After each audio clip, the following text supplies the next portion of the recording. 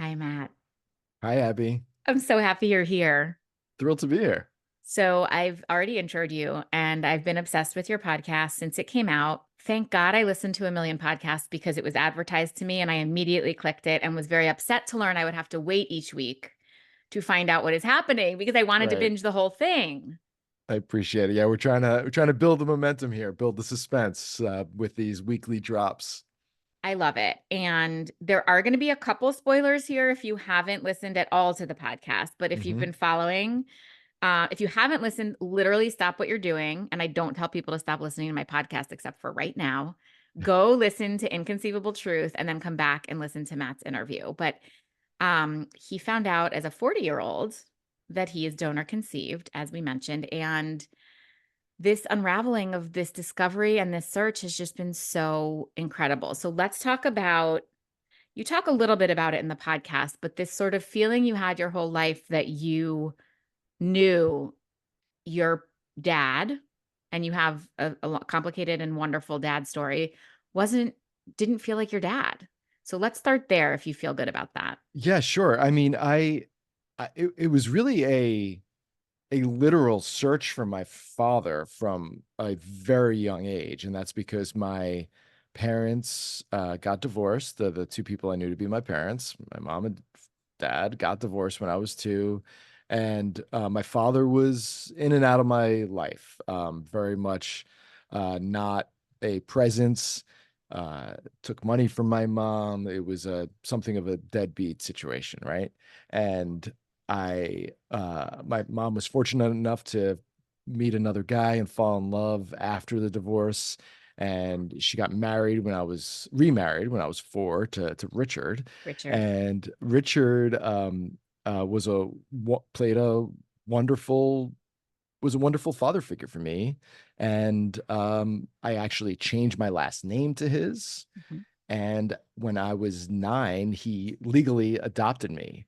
Mm, And at that point, it was just before that when my birth father, Warren, really kind of split and stopped talking to me. We got into an argument. I mean, I was a little kid, but we got yeah. into this argument on the phone, and I didn't hear from him at all anymore. So I had this, life goes on. I'm a little kid. I've got a stable two-parent household. I've got my new dad. I got my new last name, but I really always like wondered where my birth father was, like physically, like where was he living? Did he have other kids? Why did he stop talking to me? And I didn't have other siblings. I didn't have biological siblings. Richard had daughters from previous marriage. We did not live with them. I didn't have any first cousins. And I felt like I was longing for that sort of connection and to know who this person was and where I came from a genetic standpoint. To the point that, when I was little, I not only would I wonder about it, but I'd like look up his last name in a phone book if we were like on vacation somewhere. Warren's. Warren's last Okay. name, right? I would like those old phone books. I would like literally Yeah. like see if I could find a phone number for him. Mm. Because I had never, as a little kid, I didn't have his phone number and I didn't know his address. Even sometimes when he'd like schedule a time to pick me up to take me out for the day, the few times that he would like show up when he was supposed to, um, I didn't actually have contact for information for him. He would call us and tell us when he would come and Wow. see me. So life went on like this. And then when I was 16, I found him. I literally like did, I'm a journalist now. That's what I've done professionally my whole adult life. But as a 16-year-old, I just went ahead and I found him. I called information for his brother. I knew who my uncle was. I called information in California, the old 411. 411, was that it? Yes, Yeah, 411. if it was another Right, that was state, it? you did like the area code for that state and then Yeah, something. But right. yes, yes. I'm with Exactly. you. I'm with you. We're the same We're- age, by the way, Okay, which I got it. appreciate. Yeah. Dating ourselves a little bit. Yeah. And then and I talked to I found my uncle and I talked to him. He had no idea. I'm 16 years old. I hadn't seen this man since I was like a baby. He did not know that I had no contact with my father. My father had told him lies that I didn't want to see the family and that, he made up stuff about me, like personal traits that weren't true. Like I liked math.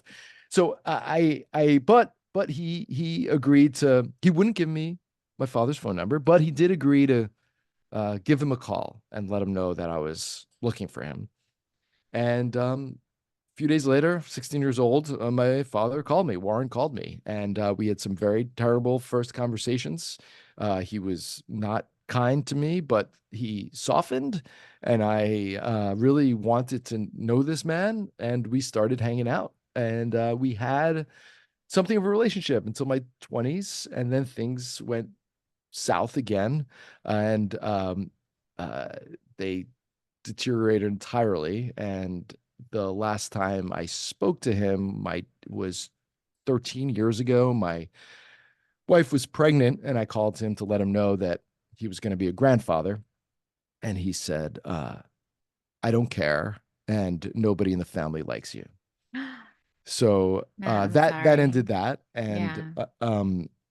and life again went on. You know, Richard is my kid's grandfather, Mhm. et cetera, et cetera.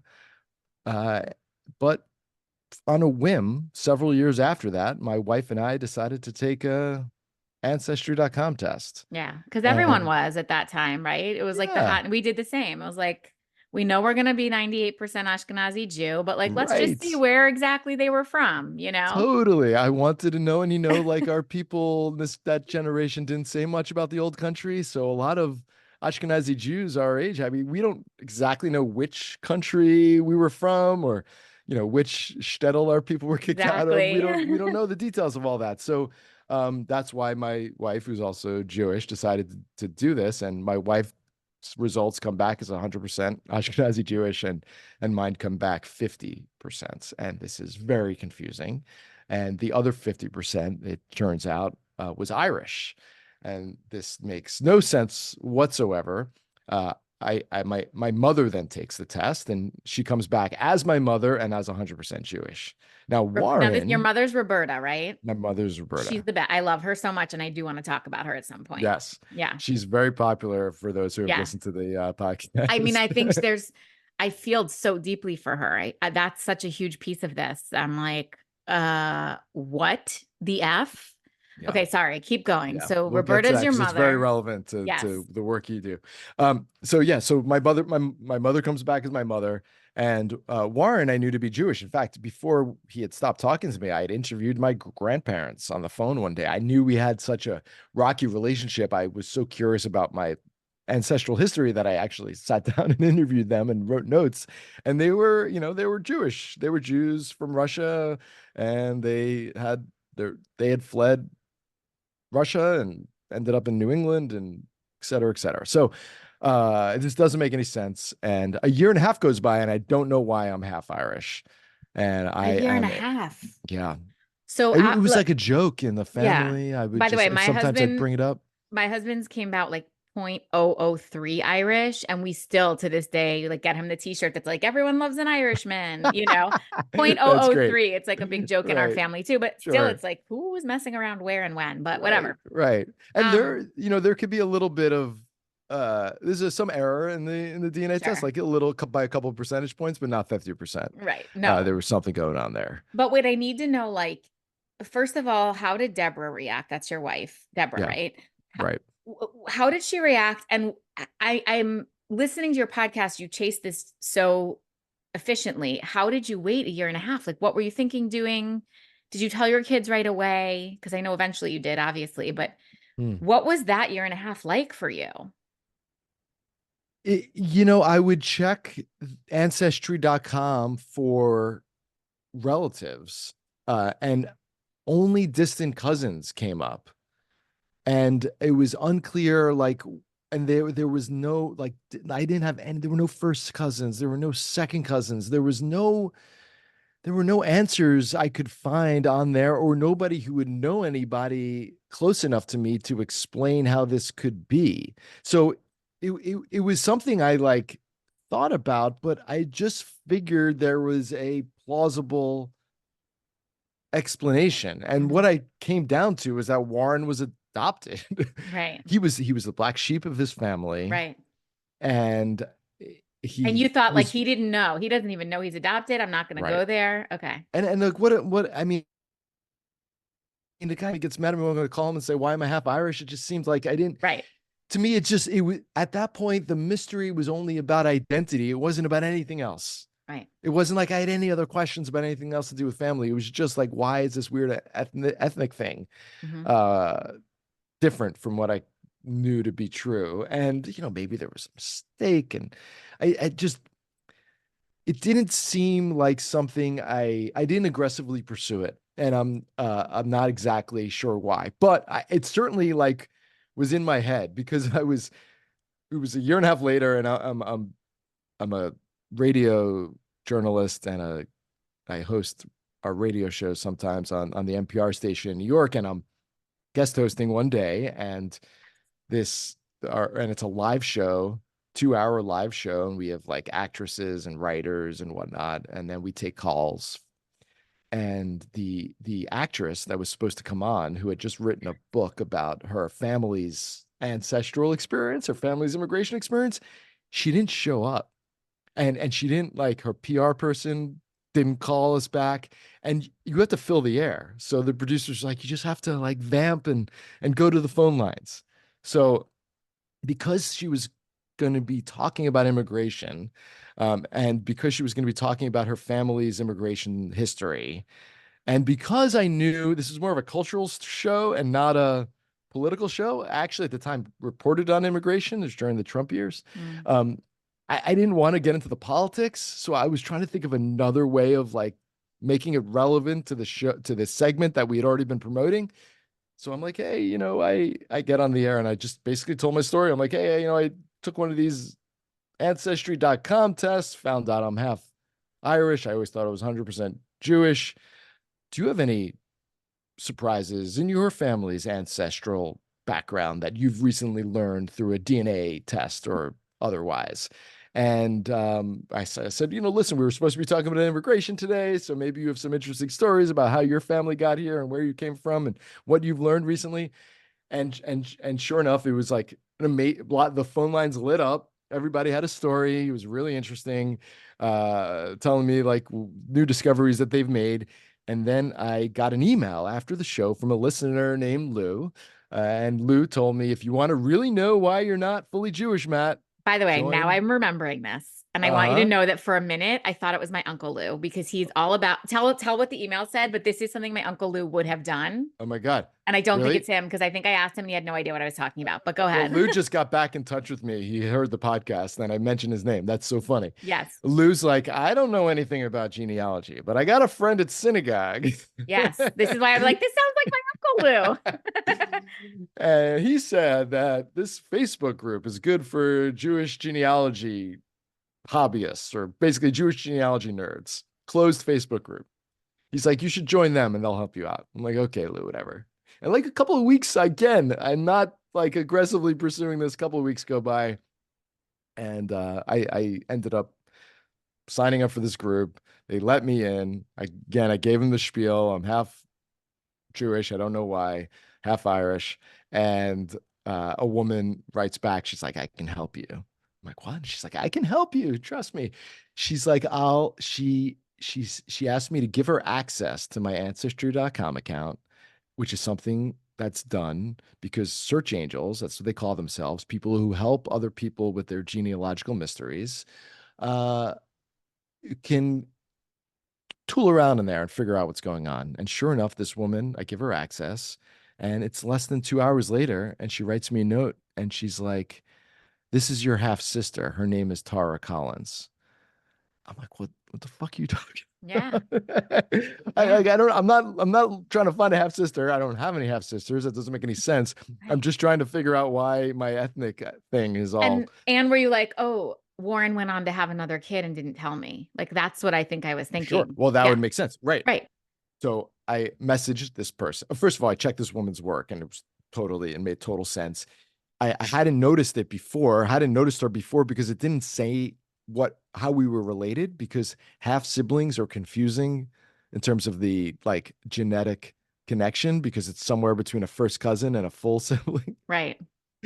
So I checked this woman's work. It was real. And then, yeah, I'm assuming Warren had another kid. So I start messaging Tara and I find her, on Ancestry. I message her. I find her and I message her there. I find her website. She's an energy healer in California. I message her there. I don't hear anything back.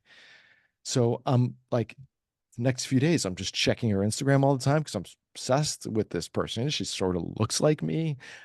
Who is she? What's going on? And I had just gotten back from Amsterdam where I had celebrated my 40th birthday with a bunch of friends. And then literally, like, as I'm that week, I'm like stalking her on Instagram. She posts about her 40th birthday. Turns out she is 2.5 weeks That's younger right. than me. So That's right. that now makes no sense. Like, Right. could Warren Warren couldn't really? have, right, couldn't have Right, logistically done it right. unless he was really screwing up Roberta, which was possible, but Totally luckily was possible. not the answer. Right. But then Tara had a father, and that was evident. She posted pictures of him. I just didn't make any sense. So that's when I signed up for 23andMe. And And let me ask you then one more thing. This whole time, that's, were you telling your mom what was going on, or were you like, I can't talk to her about this yet? no, my mom knew about the Irish thing, but Okay. she didn't, I did not, Tell her about Tara, or because I didn't like, know what was happening. yeah, so you didn't tell your mom And until you had more concrete information. yeah, exactly Okay. right. Good journalist. I wanted to get right. I wanted to get my story Your straight facts before I straight. Yeah. went forward with it. Exactly Yeah. right. Okay. So, yeah, but then I decided I need to sign up for the other, 23andMe. Right. which And is the Tara, other I think way you said technology. you did reach out, but she didn't respond right away. Yeah, she didn't Right. respond at all. Okay. Okay. So then And you I do was kind of, 23andMe. yeah, because I was kind of cagey in my messages. I was like, looks like we're related. I didn't say, hey, you're my half sister, because I didn't Right. want to scare her off, but that also made her like Right. blow it off, is what And happened. also, like, what if you weren't, right? You didn't know if you were right at that point. So that's kind of Totally. a aggressive approach, I would say. So Exactly right. even though it was the truth, like, Right. I get why you didn't go that route. Okay. So 23andMe comes back, same thing. Same thing. Half Irish, half Jewish. But there's another close relative connection, and that is a half sister, and it is not Tara. It is another half sister named Helena. Helena, love Helena. And that's a second. So I have two halves. So that this is it was on Yom Kippur when I found this out. Oh my So God. this is like extremely shocking. I have two of these people, and I message Helena immediately, and she's like, I can fill. She writes back, and she's like, I can fill in the blanks. And she's the one who told me that a few years earlier, her mother had told her, uh, right before she got married, that her father was not her biological father, and that they had trouble getting pregnant, and they went to a sperm donor, and she was conceived by a sperm donor. So Helena says to me, that means you and I have the same sperm donor father. Father. Okay.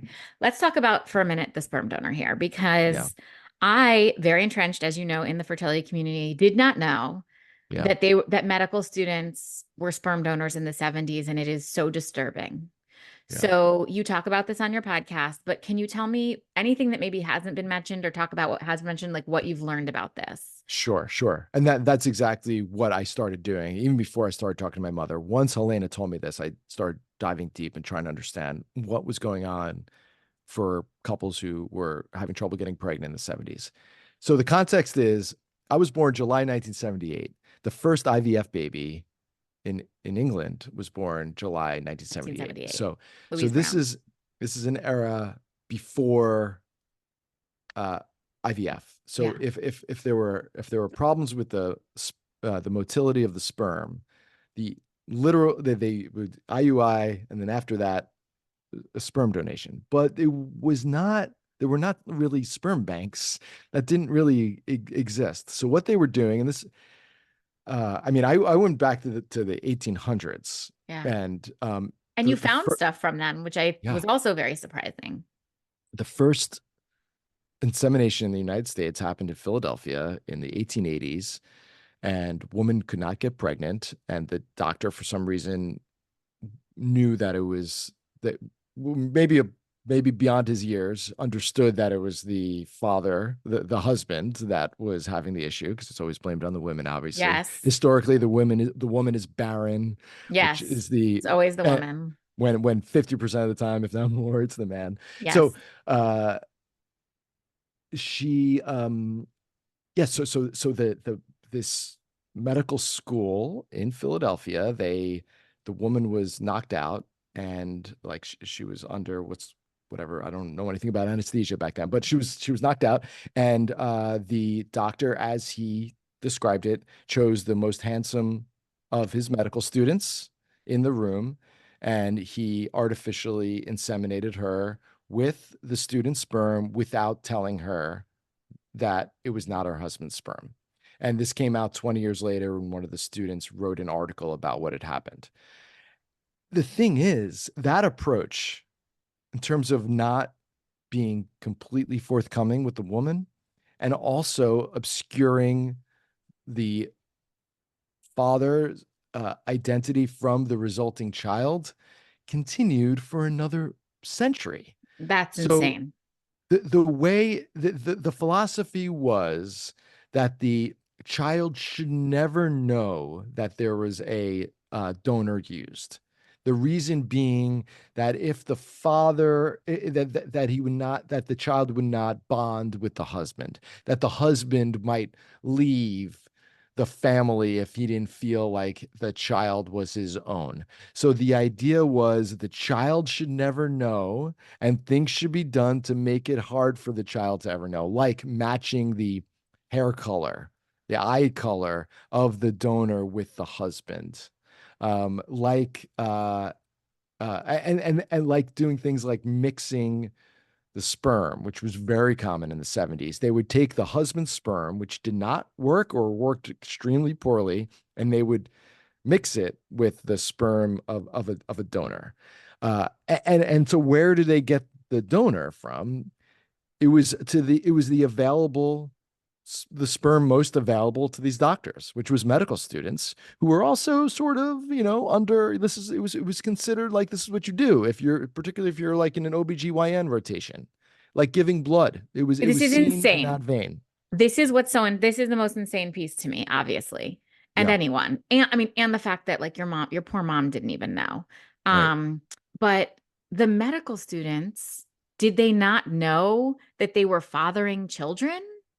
I Yeah, mean, of of course they did, but course I they did. don't understand, even, I mean, from like an ethical perspective as a doctor and all that you have to go through as a doctor for this ethical oath that you take, and like you're Well, literally fathering children. it was considered benevolent. It was told to them that they were helping these poor, as one medical journal article I wrote, this poor wretched couple who can't have children, that the medical students were told that they're helping them, and they were also getting paid, Right. But it like, was so between like, $5 and $20 yeah, a batch. exactly. It was like 20 But they bucks. were I doing mean, it a lot. In yeah, some cases, they were doing it over a period of years, right, which is why some have dozens and dozens of kids now. right. And then in other cases, doctors were using, and we know about 80 of these doctors were using their own sperm Yes. Which I mean, because, you hear I've heard within the sure, community tales of this. yeah, And I've even made jokes about it, about people we know who are the black sheep in their family. And we're like, we wonder what was going on at that doctor's office, right, as a joke, but yeah, it's not funny. And it's it's not insane also. And I mean, you were very lucky you find your fertility doctor, who's still alive, which was a right, miracle. right. And he was like, yeah, I mean, the calmness of that this was just what was done was just appalling for me. The other thing he would do, and my mother remembers this, and he confirmed this to me. He would tell the couples after he inseminated them with either donor sperm or a mixture to go home and have sex, Right. and that was intended to make them think that they were having their own biological kids. It was Yeah. intended to almost trick them into believing that was the case. Now, my mother only remembers being inseminated with her husband's sperm. That's what Right. she thought was happening. And there are other women like that. Yeah. Most couples who conceived this way in that era were aware of it, but almost none that I could find actually told their kids this until they took DNA tests years later because they were told never to say Right. Well, anything. this was, I mean, ugh, within the fertility community, there's this outrage by donor conceived people, rightly so, because Yeah, this was the ethos. And when we know better, we do better. It doesn't let people off the hook. But for so long, there was so much shame. And this was like a miracle way to get your family and not have to tell anybody. And it seemed like a exactly right. convenience. It's so unfair to the child, obviously. Right. Right. Exactly right. And they were told like euphemisms like, oh, this donor sperm's just gonna boost your Right. husband's sperm. Right. It's gonna help it out. And that was like I mean, and then this is like confirmed in medical journals, Right. saying these lies to tell the couples, and it was bogus. By the way, I will say, even in modern day IUI, they tell you to go home and have sex around IUI time because now they're actually tracking ovulation. And so you still have a better shot in case the one that they inseminated didn't work. You do have a Right. better shot around Sure, that. sure, So makes sure. sense. It does make sense. There is a biological reason for it for Right. sure. Right. Yes. It's But it not just also trickery. It's not only trickery, but at the time it might have that's been part of it. exclusively trickery. Yes. Okay. So, I interrupted your story, which No, is no. so So amazing. yeah, they were having trouble, you know, a lot was happening at the time. They had trouble, it seems, finding enough donors. The demand was higher Mm. than the available donors. Now, my mom's doctor told me that he only used medical students and residents. I would later learn that wasn't accurate. He had told me he would match the ethnicity and often the religion of the husband and the donor. I learned that was inaccurate. So when Uh, you learned that was inaccurate, without giving anything away here, sure, did you learn it was inaccurate by mistake, or did he think he was really only using donor sperm from medical students, or did I he? don't know. Okay, That's you a don't great know. question. Okay. I don't know if there were mistakes. I don't know Or maybe if like there a was, selective memory, like that's I what he think tells his story. I think for a time he was probably only using medical Yeah. students and residents. And then at some point, that changed. And it was, we're talking 40, 50 years ago. Yeah. And he's remembering the more ethical way he did it. Yeah. And he never anticipated, and none of these doctors ever anticipated that we would map the human Ancestry.com. genome and have Right. the Of internet and have ancestry.com and be able to figure out how we're all related. It never even considered course. it. So Yeah. they never considered the kid. The Right. resulting kid was never um, thought of as being anybody they should, the kid's going to exist. That was all that was thought about. Okay. So I want to talk a little because your story is so rich and deep and long and wonderful. And I want everyone to listen to your podcast. But I'd love to talk about kind of the psychological implication that I'm thinking of you as a 9-year-old carrying the weight of Warren kind of abandoning you. Yeah. And you turned out great. And That's nice, Abby. Thank I you. have divorced parents too. And people are like, I can't believe your parents are divorced. You turned out great. And I think there is a certain kind of strength that comes through. I'm also very close with my mom and my dad. But anyway, not about me. What was the psychological implication of your mom finding out some of this stuff? Because she is very generous and comes onto the podcast and talks. And Yeah. you might not go into this piece of it on purpose, in which case you can be like, I'm pleading the fifth. But how's your mom taking this? I mean, I would feel so physically violated, betrayed by my doctor. I was just curious if she felt any of that, or maybe she hasn't even expressed it. She did, and we get into it in episode the. I guess that would be I think that's yeah, we get into it more in the final Okay, the episode, final, which will which nobody has air. heard yet. I Nobody's mean, heard nobody yet. publicly. And I just want to Right, say, I'm exactly. at the time of this recording, this will Uh-huh. air after the final episode of your podcast. But at this moment, I'm all caught up and live, and I'm on 7 out of 8. So I don't know the Great. ending. And I still have so many questions, and I am so sad that it's going to be ending next week. I appreciate it. Yeah. Okay. So your mom talks a little So bit more we about that, talk which a I'm little bit happy about about. it. You know what? This was very hard. She did feel violated. She um I hope through the course of making this podcast that it would help her talk about it more because she talked about it with me on the show, and she started talking to friends about it, because which she hadn't done before because this was coming out there publicly. And then I realized halfway through production of this that part of what I was doing, the show is really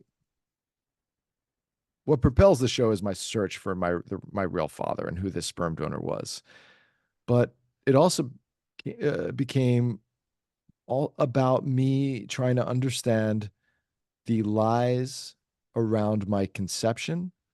And if I could prove that what the doctor had said, what the doctor was saying now wasn't accurate and was false, then it would help liberate my mother from this feeling that she should have known what was going on in 1977. Because a lot of it wasn't just a feeling of violation. She also talks about like like she felt like foolish that she didn't know this at the time or maybe forgot it.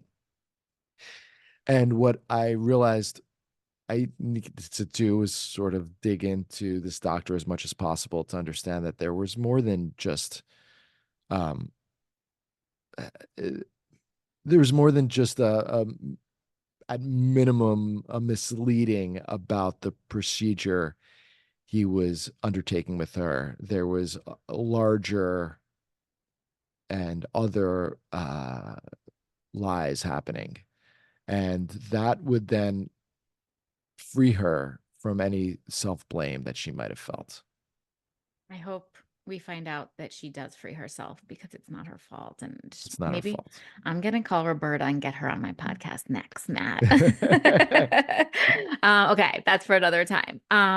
What about, like, I'm thinking of you as a fellow New Yorker, Jewish gal. Yep. I think you went to Jewish summer camp. Am I Yeah, right? yeah. Big Well, Jew, it was like Jewish-ish. Like we Jewish. didn't do the Friday night Sure, prayers, sure.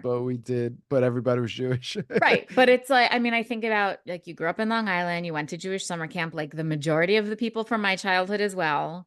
And that is a very, right. You're like a Billy Joel loving Long Yeah. Island Jewish boy. Yep. And I mean, we're the same age. So like you could have, the fact that we haven't fully crossed paths is a little surprising, quite Are you honest. Long Although Island? Are I'm you New Long York Island? City. I was in the Oh, city. okay.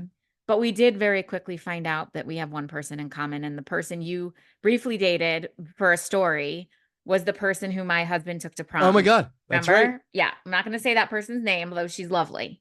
Not only that, the story I used to write the syndicated dating column, and I went on a date with her because she was Jewish and she was working doing genetic Yes. disease counseling. Yes. So the gimmick for the date was that I would take the Jewish genetic disease test to see if we were compatible and were able to have kids.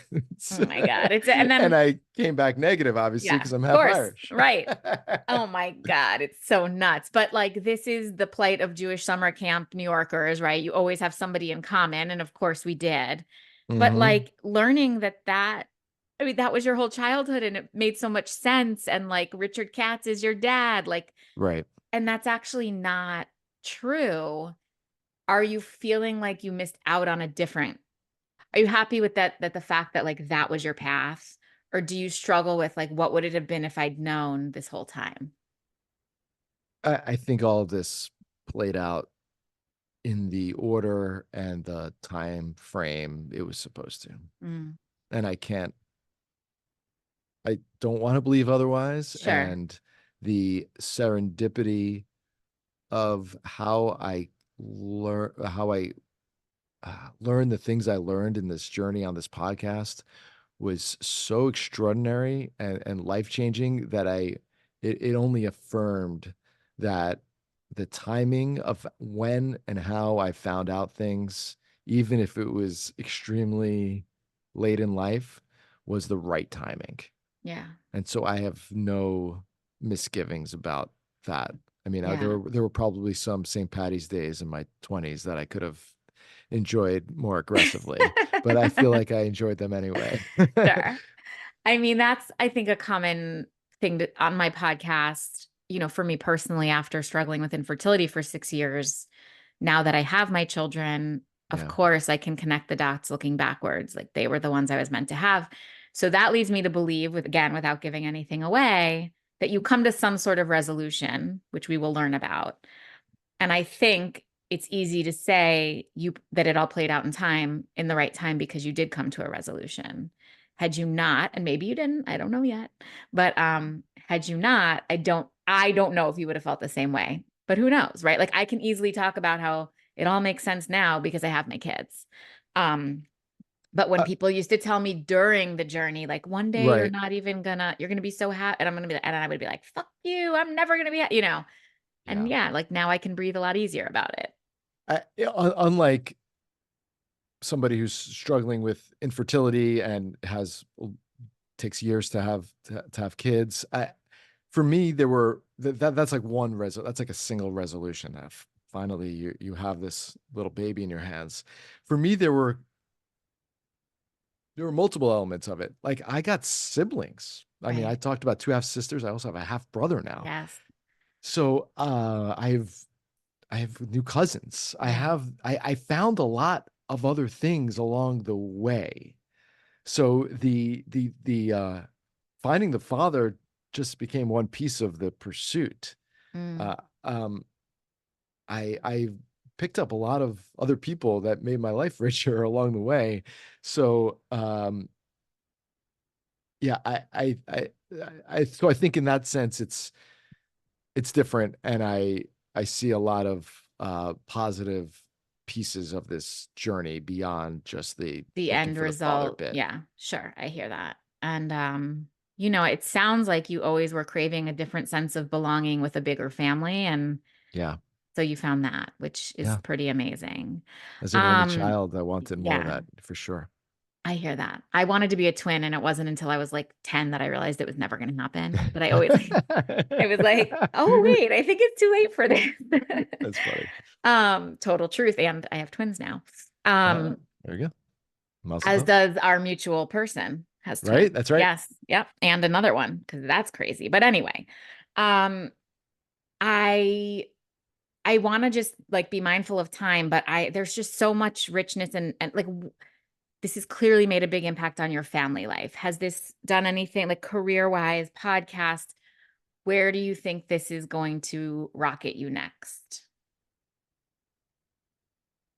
I guess we'll see. I mean, career-wise, I'm an audio journalist and got to make a podcast Yeah. of my own story that I wrote and produced, and it's done well. So yeah, career-wise, this like Convenient secondary. home run. Convenient Yeah, home run. Yeah. totally, totally. So that's been wonderful. I mean, I do want to continue telling these kinds of stories. I have my inbox is flooded with people telling me their own extraordinary journeys in donor conception and finding long lost relatives and all these sorts of things. So there's a rich area, as you know, in that realm, and it would be cool to continue to tell those stories. I don't exactly know how Sure. or where or how that might work, but yeah, I would love to keep doing that. There's one thing I was thinking about when you were talking earlier. There's uh, people who and people listening to your podcast will be, understand like uh, donor babies and how that all works and going to a sperm donor. What was unique about the time I was born is that it was straight couples who were getting the donor. And the stories that I've been getting really have come out of that era. People who were born in the 60s and 70s who find out in their 40s and 50s, or somebody wrote me in their 60s, and they have dozens of siblings, or that their father's not who they thought they were. uh, Today most people who use a sperm donor are single uh, mothers by choice and lesbian couples. Mhm. And those resulting kids will at one point say, wait, who's my father? And they'll know that there was Right. another stranger involved there or another donor involved there. Uh, for before IVF, when this was the only option, Yeah. th- that's what has resulted in maybe tens of thousands, maybe hundreds of thousands of adults walking around now who either still don't know or led lives when they didn't know who their real fathers were. So that's, and then everybody's just finding it out now because of DNA tests, because of consumer DNA tests like Ancestry.com. So that's what's really been remarkable to me about the messages that I've received. That really like that hits home. And there's so many stories to tell. I'll tell you one story I Of got. course. This is twins related. Guy writes to me, he's in his 50s. He just found out his father's not his father, that it was a donor. He's convinced that his twin brother had a different donor. So we think that that Whoa. would have been a mix, Of either one like of each. of the donor, either the The donor and the donor and the father, or two husband. donors and the husband, Right. or it could have been it could have been two donors and the husband. It could have been the donor and the husband. But that Wow. is, can you imagine finding out your twin is not your, is that, I mean, what do Is you even not call that your person? They're not right. your real, they were Your half, actually, it's your half sibling, but you were in utero with them. yeah, they're like half twins. That's crazy. That's crazy. I So mean, there's and a, I'm sure you've inspired so many people to look for their person, father, whomever it might be. somebody found their father because of my podcast. I They mean, told me. that's yeah, that's They, like they, they, they like went back and looked up their results and did some more research and were able to identify who he was. amazing. So, Yeah. okay, I like to ask everybody at the end for some piece of like advice, cliche, a phrase, something that you think about could be related to the podcast, unrelated, maybe something Roberta told you or Deborah says to your kids. Anything in there for you? Yeah. I mean, and it's, you say cliche. Cliches are okay. I love a cliche. I mean, it's got to be everything happens for a reason. Yeah. There were some, and I uh get into it in episode 7. There was some rough, this was not all fun and games, this whole experience of making this podcast, and Yes, there and was let some me just say, and rough I will not give moments. everything to anything away, but Yeah. at listening to episode 7 today, I even messaged you and I was like, oof, Yeah. oof. There was a lot of heartbreak for in this episode and still excitement and love for finding out what might happen Yeah. next. Yeah, Yeah. totally. And the heartbreak directly led to another thing Yeah. that was extremely fulfilling. So it sounds so cliche, but it really, I've never in my life felt like other energies out there that are unseen, that are pushing things toward a certain direction. And even in the moment, it doesn't seem to make sense, but maybe there's a larger resulting reason coming soon. So that's really what I've experienced, and that's what and that's how this whole experience has changed my life, because it's changed my perspective on how life works, really. So yeah, everything happens for a reason. It sounds Cliche, because it is. And you know what? I get yeah. it. I love it. Thank you, Abby. Matt, thank you so much for being here. I cannot wait for people to dive into your podcast and see where it takes you next. I really appreciate this opportunity. I love connecting with people who might even just tangentially have gone through something that they can relate to. In my experience, it's really meaningful. So I appreciate the opportunity. I love it.